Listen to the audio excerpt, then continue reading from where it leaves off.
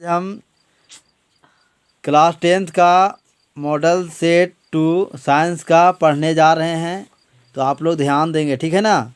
तो बच्चों, पहला क्वेश्चन क्या है रे कि समतल दर्पण द्वारा बना प्रतिबिंब होता है।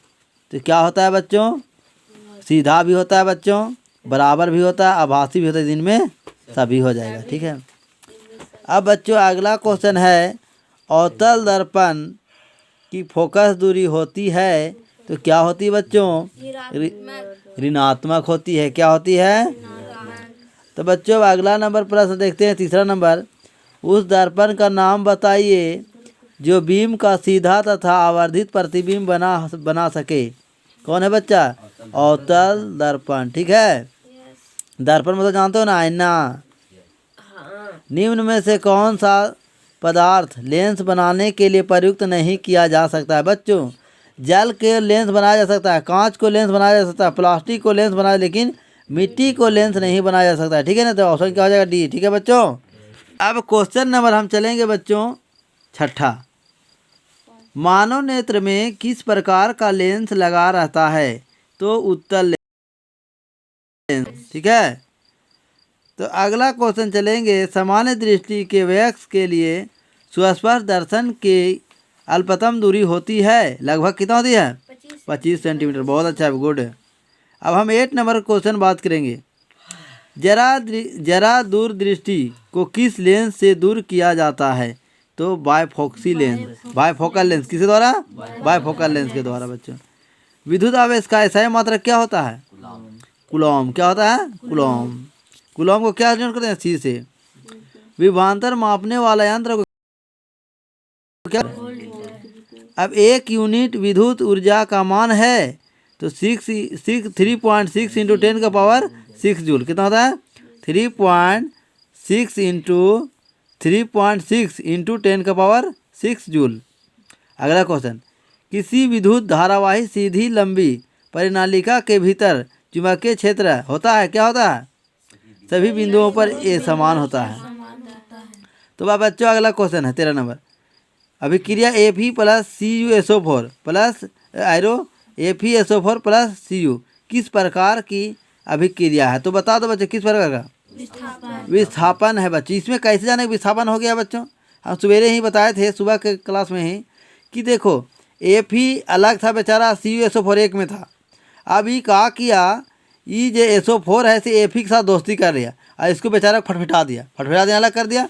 यानी राम और श्याम दोनों दोस्त थे, ठीक है ना। राम श्याम में झगड़ा हो गया, मोहन के साथ दोस्ती कर लिया, तो श्याम बेचारा छटपटा गया कर ले। तो एक का दोस्त मिला, एक का दोस्त नहीं मिला, उसको बोलते हैं, क्या बोलते हैं? विस्थापन। अभी क्या बोलते हैं? विस्थापन। क्या बोलेंगे? विस्थापन। अगला क्वेश्चन बच्चों, उपचयन और अपचयन अभिक्रिया का दूसरा नाम क्या है? तो रेडॉक्स अभिक्रिया है। कौन सा पदार्थ लाल लिटमस पत्र को नीला कर देता है? क्षार। क्या करता है? क्षार।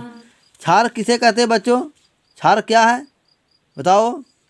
क्षार एक ऐसा पदार्थ है जिसका स्वाद क्या होता है? कड़वा होता है, जो OH माइनस जल में घुलकर आयन देता है, ठीक है। और ये लाल लिटमस पत्र को नीला कर देता है। कौन? क्षार है, ठीक है। तो बच्चों अगला क्वेश्चन हम पढ़ेंगे 15 नंबर 16 नंबर, ठीक है, कि बेकिंग सोडा का रासायनिक सूत्र है बच्चों, क्या होता है? जरा खाने वाला सोडा ही बोलते हैं बच्चों। तो NaCO3। अभी क्या बच्चों? NaCl। क्या है ये? NaCl। अब NaCl किसका सूत्र है बच्चों? नमक का। और CaOCl2, सी ऑप्शन में जो क्या है? ब्लीचिंग पाउडर का है। और Na2CO3 10H2 किसका है? धोवन सोडा का। बच्चों एक बार की बात है कि एक शिक्षक ने एक विद्यार्थी से पूछे कि क्या बताओ नमक का सूत्र क्या है? तो बच्चों ने बोला कि सर मैं नहीं जानता हूँ, लेकिन उसका क्या था, कोट फटा हुआ था बच्चा का, ठीक है।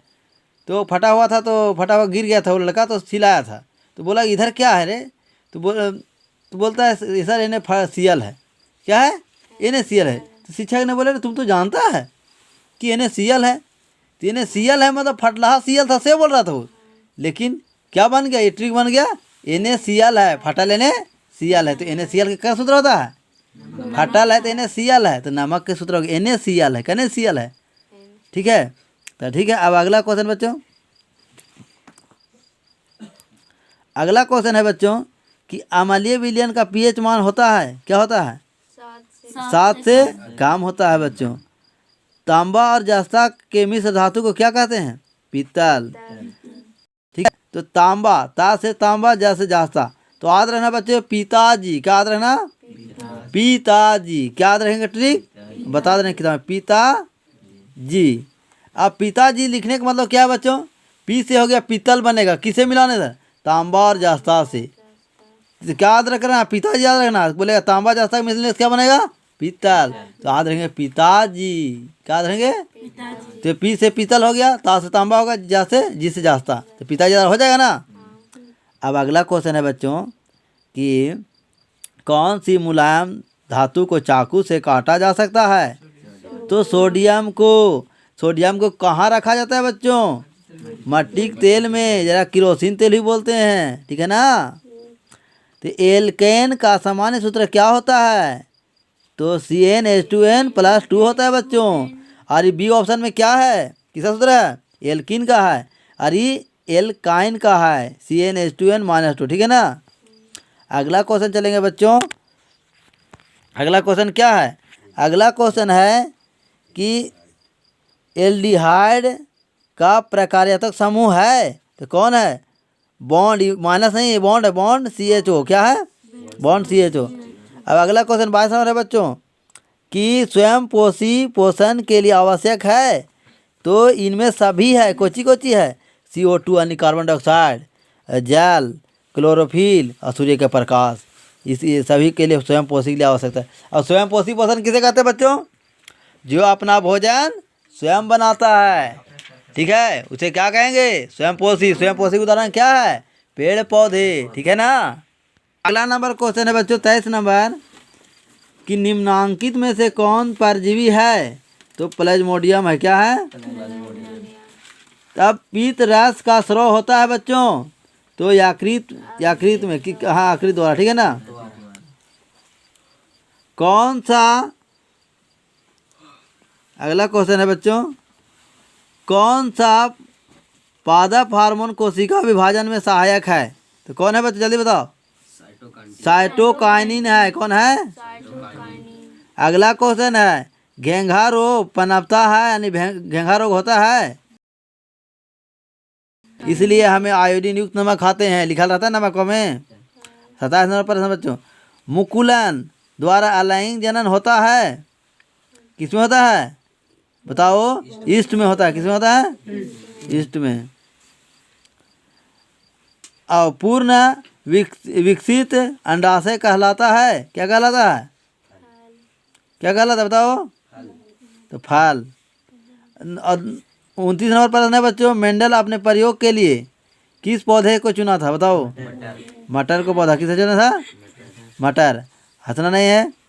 अब 30 नंबर प्रश्न और अंतिम प्रश्न है बच्चों निम्न में से कौन सा एक कृत्रिम परितंत्र है, क्या है? बताओ। खेत। तो ये हमारा मॉडल सेट दूसरा, और ये सभी क्वेश्चन पूरा हुआ। तो इस प्रकार वीडियो देखने के लिए हमारे चैनल को लाइक, सब्सक्राइब, शेयर, कमेंट जरूर करें, ठीक है, और ज़रूर पढ़ें इसको। जय हिंद, जय भारत।